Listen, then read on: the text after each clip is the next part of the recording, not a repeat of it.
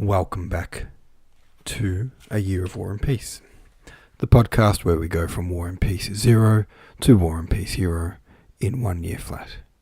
Today we're up to Epilogue 1, Chapter 10.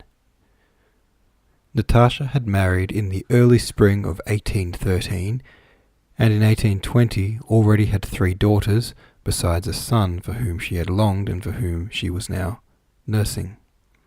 She had grown stouter and broader so that it was difficult to recognize the slim, lively Natasha of former days in this robust, motherly woman.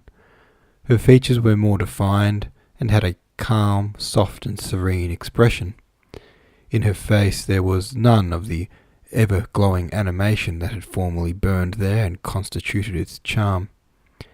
Now her face and body were often all that one saw, and her soul was not visible at all. All that struck the eye was a strong, handsome and fertile woman. The old fire very rarely kindled in her face now.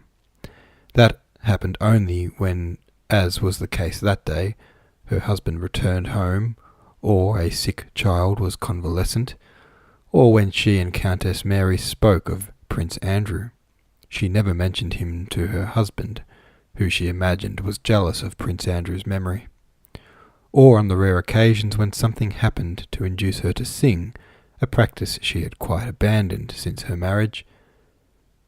At the rare moments when the old fire kindled in her handsome, fully developed body, she was even more attractive than in her former days. Since their marriage, Natasha and her husband had lived in Moscow, in Petersburg, on their estate near Moscow, or with her mother, that is to say, in Nicholas's house.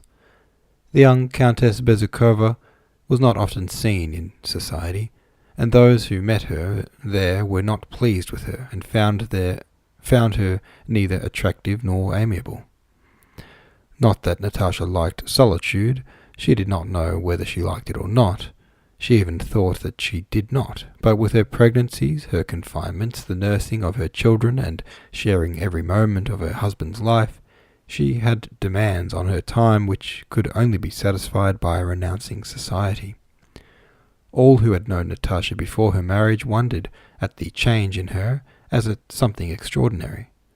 Only the old countess, with her maternal instinct, had realized that all Natasha's outbursts had been due to her need of children and a husband, as she herself had once exclaimed at Otrudnoe, not so much in fun as in earnest, and her mother was now surprised by the surprise expressed by those who had never understood Natasha, and kept saying that she had always known that Natasha would make an exemplary wife and mother. Only she lets her love of her husband and her children overflow all bounds, said the Countess, so that it even becomes absurd.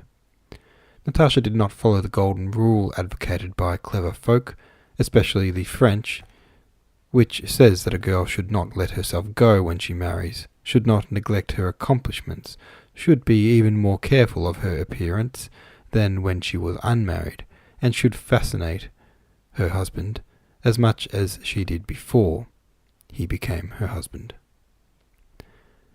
Natasha, on the contrary, had at once abandoned all her witchery, of which her singing had been an unusually powerful part. She gave it up just because it was so powerfully seductive. She took no pains with her manners, or with delicacy of speech, or with her toilet, or to show herself to her husband in her most becoming attitudes, or to avoid inconveniencing him by being too exacting.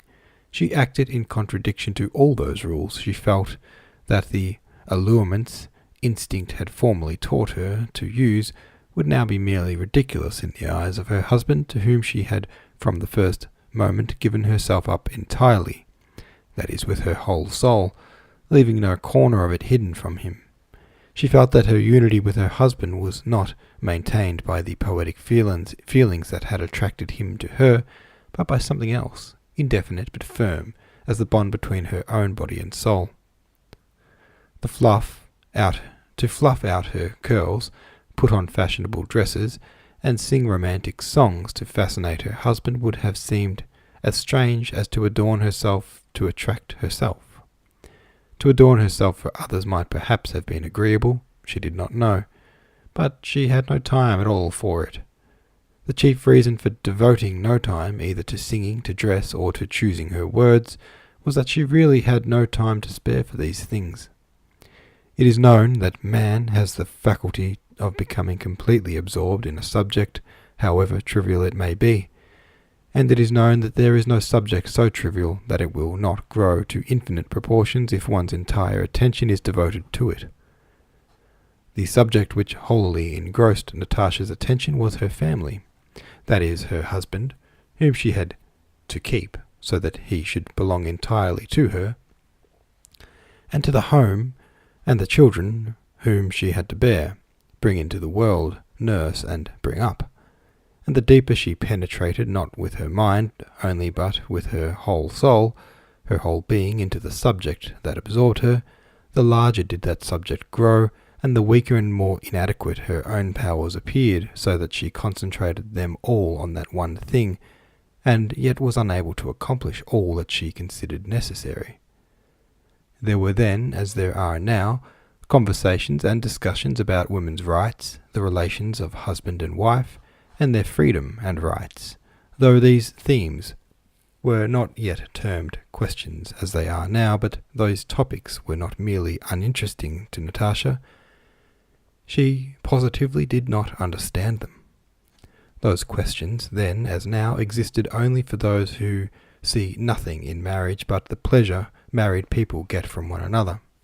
That is, only the beginnings of marriage and not its whole significance, which lies in the family.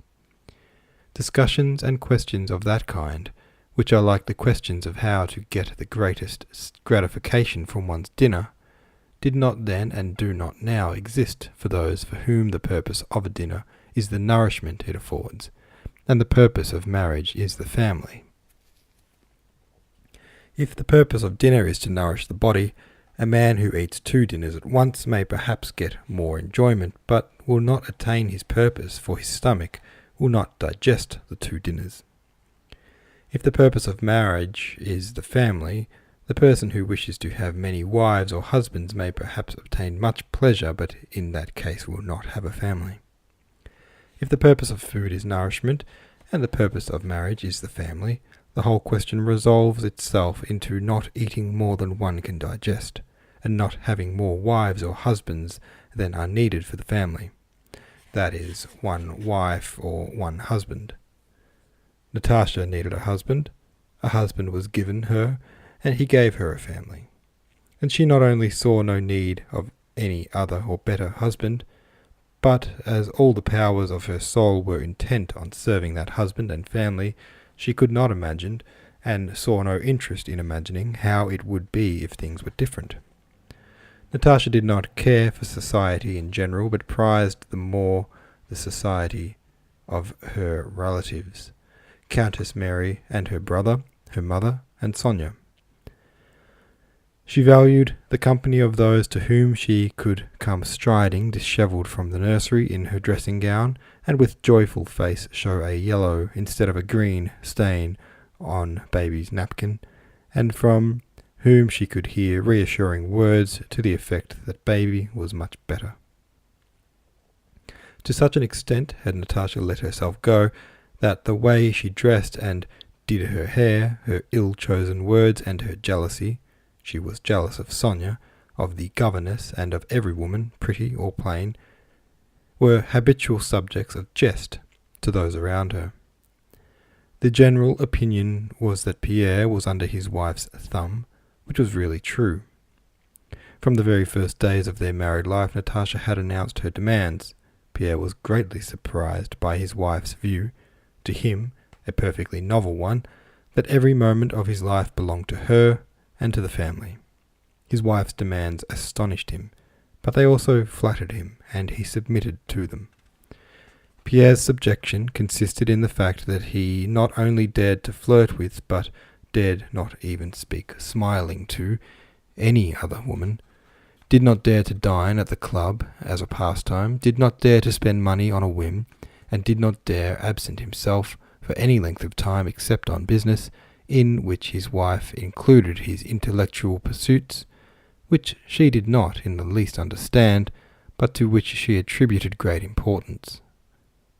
To make up for this, Pierre had the right of completely regulating his life at home as he chose, as well as that of the whole family.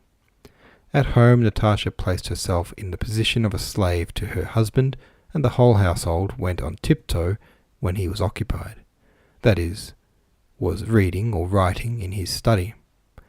Pierre had but to show a partiality for anything to get just what he liked done always. He had only to express a wish and Natasha would jump up and run to fulfill it. The entire household was governed according to Pierre's supposed orders, that is, by his wishes which Natasha tried to guess.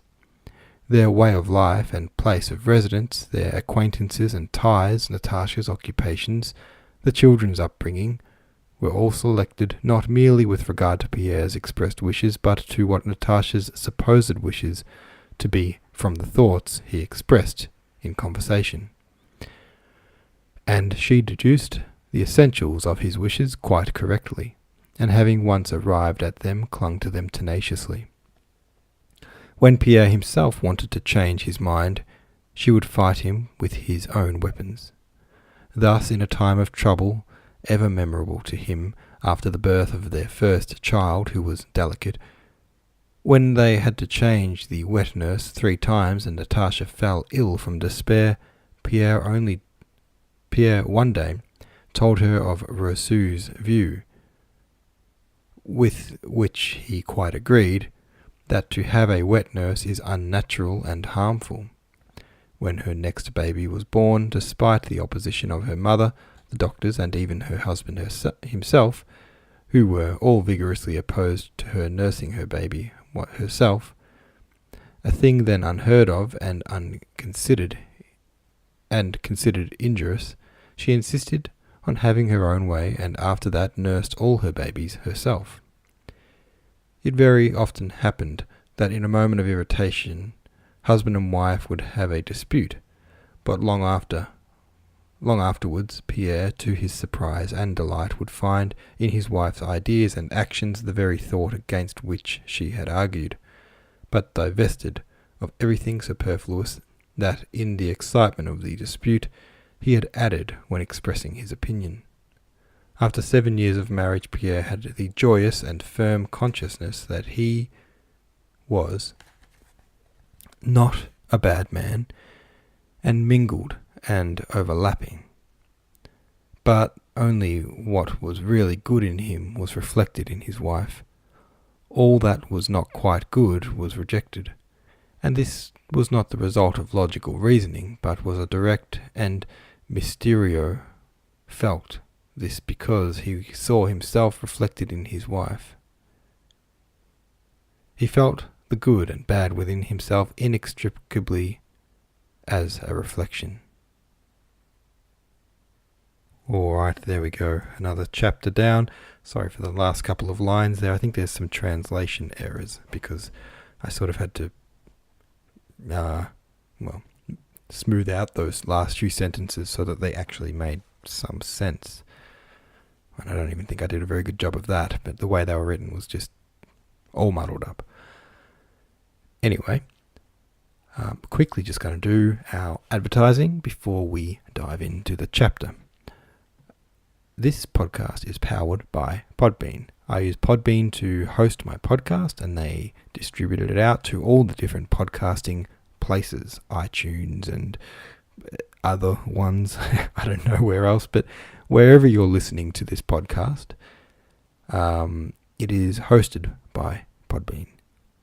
Podbean's a good place to call the home of your podcast. So if you're thinking of getting into podcasting, you can get a free month of hosting by using my promo thingy. To use my promo thingy, go to podbean.com/Ander, and they'll give you a free 1 month of hosting. Thank you very much for your patience there. I think I'm getting worse at doing advertisement reads. I try to keep them short, but I just tend to ramble a little bit when I do them. So this was an interesting chapter. It's good to see we fast forward 7 years in the marriage of Natasha and Pierre and get a little recap of those years and where she's up to now, where Natasha is up to now. And, wow, I don't know, like, funny little relationship. I don't quite get the dynamic. Like, I don't know. I want to see it from Pierre's point of view as well. Because it's like she's calling the shots, but he's quite happy to oblige, and they've got a thing going on, and I don't know. It's like not the honeymoon marriage that I was kind of hoping for, but, that was never going to happen, was it? That was just me being wishful thinking. I think I've seen too many Disney movies. But a very interesting dynamic between these two. Ninjastro said, "Guys, she let herself go, okay? Like, I don't know if you were told enough times that she let herself go. Did you hear that she let herself go? Like, what the F, Tolstoy? Is that all you can say about a central character of your book? The things we learned about her own brother last chapter compared to this is just a huge letdown. All I was thinking in my head was, did he just say she got fat and frumpy? Maybe I read that wrong. Nope, he just said it again and again. Oh wow, and again. Fat." Yeah, he did mention that quite a lot. Although he did say that she's more attractive now than in her former years. So I didn't have fat and frumpy in my head at all. I just had I always thought of her as really like that teenage skinny sort of thing. Like a kind of girlish frame. And then after some babies, I suppose now she has that womanly frame. So I wasn't thinking fat at all. I wasn't thinking frumpy at all either. But I kind of liked that about Natasha, that she wasn't out there trying to wow society. She'd neglected that apparently common advice. At least it must have been common advice in the early 1800s, which was to stay as attractive as possible after you get married and try to keep your husband intrigued. And she pointed out that would just feel weird. It would be almost like trying to put on nice clothes and do up your hair and sing a seductive song in order to impress yourself. It just felt unnecessary to her. I kind of get that. That doesn't seem too two-dimensional to me. And yeah, no, I didn't get the idea she'd let herself go exactly. I wouldn't put it in those words. De Fleury said, "Ha ha ha ha ha." Well, at least he didn't go and do the Hollywood thing and pretend that a woman's body doesn't start growing sideways when it stops growing upwards. Not to mention pushing out several Pierre-sized babies. Pierre-sized babies. I just imagine an actual human-sized baby. Oh, that's a good point. I think Pierre was a big fellow, so he would have large babies. Royal Lenigan said, "Lol.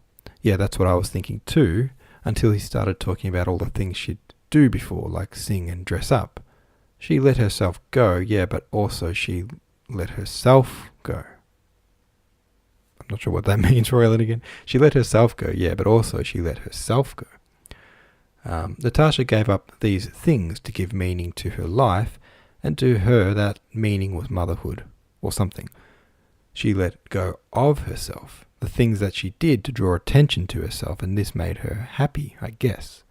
I'm not too keen on the meaning behind this. Maybe this is actually how Tolstoy evaluates relationships, which seems kind of messed up, but it's a different era.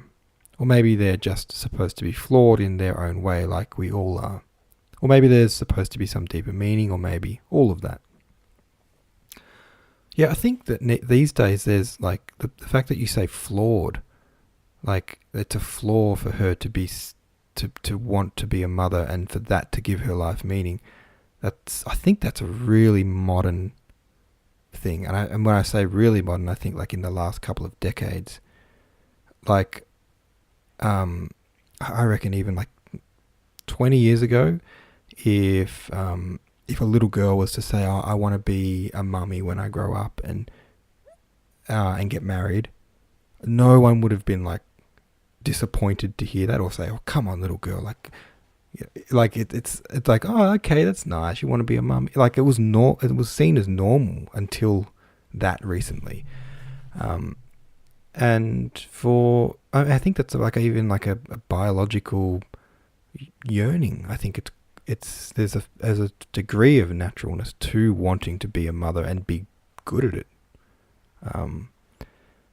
And when your society would celebrate that as well, and you've got the urge to do it, and society doesn't only support it but also celebrates it, then I can't see like why it would have been a flaw at that time and in that time and place.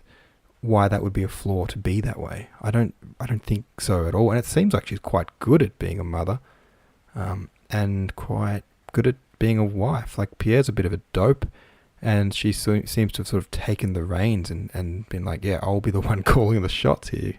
So I don't know. Like I guess I just saw it a little differently.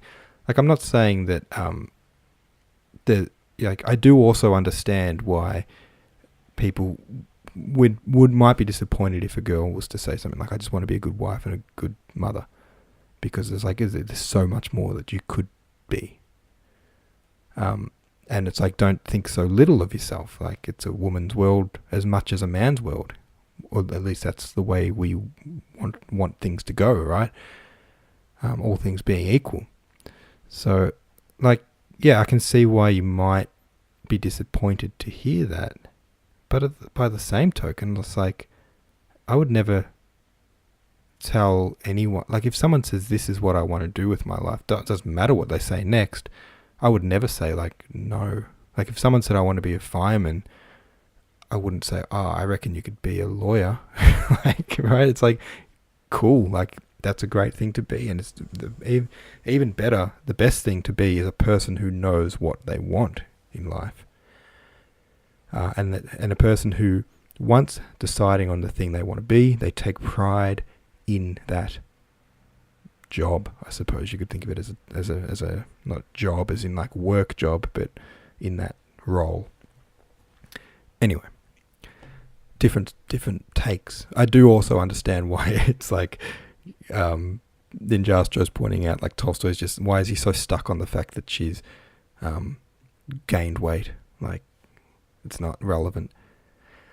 I don't really recall any other parts of the book where he mentioned multiple times that a character has gained weight. Although it is a long book, I don't remember that much. De Fleury said, Natasha, the Hausfrau, was the biggest surprise of the book. Okay, I mean, like the Titanic movie, we weren't exactly in suspense. Kobiak said, yep, it's a brutal end to a character I had such high hopes for. She just seemed to get sad after her mistakes with Andre, then moped forever, and then coincidentally ran across him just in time to watch him die. Then Fat Pierre came along just after, and she said, okay, you'll do, and flashed forward, and she's a coward housewife, not great. Biscuit Potter said, that's interesting, she seems happy to me, and my mum. Her aspirations are not exactly a feminist's dream, but she's nursing her own babies, which was very unusual for the time. Why shouldn't she be devoted to her family instead of her looks and appeal? Wow, like it's such a divisive chapter. It's interesting that even Tolstoy mentions in this chapter that Natasha didn't take an interest in the feminists. I mean, it would have been the very early inklings of a feminist movement, but he does defer to them in this chapter and mention them in some capacity. And Natasha doesn't even understand that stuff. He says that, like, not only is she not interested, she just doesn't understand it. So it's not her world, and she's happy with her lot in life as being a fairly privileged wife and mother, I suppose. I don't know, like. I just see that as a well-rounded and realistic and quite normal character. I think we tend to put a modern eye on things, and I'm not trying to say like, oh, it was a different time and it was okay then, like that excuse. because it's beyond that. It's like it it was normal. I don't know. It is still normal, but we've just got a different lens on things now, I suppose, is what I'm trying to say. Like, it's still normal to want to be a good mother and a good wife. And it's still normal to not want to engage in politics, right? Like, that sounds crazy in 2018 because everyone seems to want to engage in politics. But it's all like trivial politics that people want to discuss. It's never like, never goes much beyond the surface, as weird as that is to say. But, like, I, for example, I'm a person who doesn't really like to engage in political discussions. You probably noticed over 350 something episodes, I haven't really sunk my teeth into anything political because, I don't know, it just, to me, I don't like the conversation. So Natasha being the same way to me, I'm like, yeah, that seems real. I'm not saying it's like how people should be. It might be a bad thing to be. It might be a flaw. But when I think of character design in a book, which I do often, I don't think of like, who should this person be? Like, not everyone in a book is a hero, and not all good people are heroes, right? I still think she's a good person. More importantly, she seems like a real person. And you can't blame an author for creating a real seeming person, right? Because it's just not fair on authors. And like, it sounds like, I'm trying to stand up for my own here. But in some ways, it's like I let me tell you a personal story. And I just said I don't want to get into politics or that kind of thing, but this isn't politics. It's more like whatever this is. In my first book, there was a character who was I think she was a 14-year-old girl. And she was the daughter of the king, so she was the princess, right? She attempted to assassinate her father, and then got caught and got sentenced to die, right? She got sentenced to be executed. She escaped. This is spoilers for my first novel, but hey, whatever. She escaped, and then she was well and truly in over her head. And at that point, she went into hiding because an army was looking for her, right? So for me, that seems like a pretty realistic teenage person of any gender. But especially for a young girl, she's not strong. She's not like, she wasn't a superhero or anything. She, physically, she could be overpowered by basically any man in the army because she was a young teenage girl. So she went into hiding. I got a lot of flack from people. Well, actually, no, I shouldn't say a lot. Like, maybe 2 people said this to me. But it happened more than once, and people were like, oh, like, I was really disappointed when that character went in hiding. Like, she was kind of a badass, but then she just became a wimp. And it's like, she's like, well, why isn't she a strong female, kick-ass female character, or whatever everyone was asking, like, strong female lead sort of thing. And I was just like, well, because she wasn't, like, there were heaps of cowards in that book. She wasn't the only coward. And I don't even think she was a coward. I think she was just, like, realistic. Like, oh, okay, I'm in over my head now. I'm probably going to die unless I lay low for a bit, right?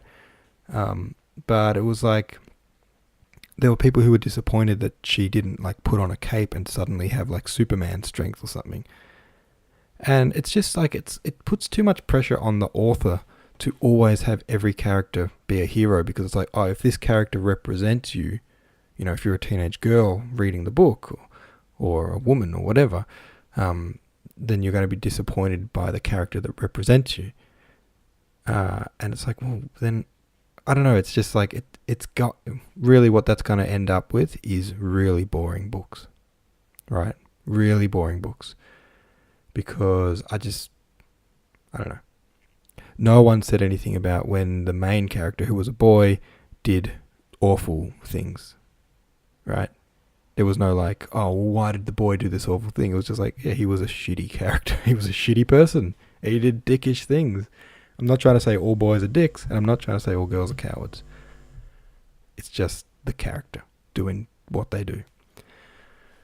But anyway, all boys are dicks. Teenage boys. I can say that. At least I was. Like the teenage boy who is the main character, he's 13. And he is a little arsehole. And I based that on, like, yeah, I remember being a teenage boy, and I remember what other teenage boys are like, and we're just little idiots. Like, I'm embarrassed about how much of a dick I was when I was a teenage boy. And so that's how the character was. And I'm not saying all teenage boys are dicks, but it's not unlikely that it's not like unrealistic to find a dickish teenager boy. Anyway, Natasha seems real to me, and that's I don't know. That's what you go for when you create a character. Not every character is a hero. Anyway, that's my rant. I hope I haven't offended anyone. I tend to always sort of rub someone the wrong way when I talk about people. Not, gender specific, just when I mention that teenage boys are dicks, or that sometimes people are cowardly or whatever. It's like, I don't know, like you want to be able to acknowledge the ugly side of people, but doing that can tend to ruffle some feathers. So if I've done that, I do apologize. The real thing you want to do with a character is balance that with what makes them shine, I suppose. What's the beauty? What side of them is beautiful? And I saw quite a lot of beauty in Natasha. I think it's quite a beautiful thing to be so devoted to a family. Alright. My spider sense is tingling, like you should just shut up because people are gonna like argue, or I don't really want an argument. I don't mind discussion, so I shouldn't say I don't want an argument because it makes it sound like I'm closed off to responses to what I'm saying. But yeah, I just feel like the more I talk, the more I'm stoking some kind of fire. Speaking of spider senses, tonight I went and watched that new Spider-Man cartoon, Into the Spider-Verse. That was cool. That was really cool. It was like maybe the best looking film I've seen in a long time. Just absolutely visually perfect. And entertaining. It was really funny. It was the best Spider-Man film I've ever seen, easily.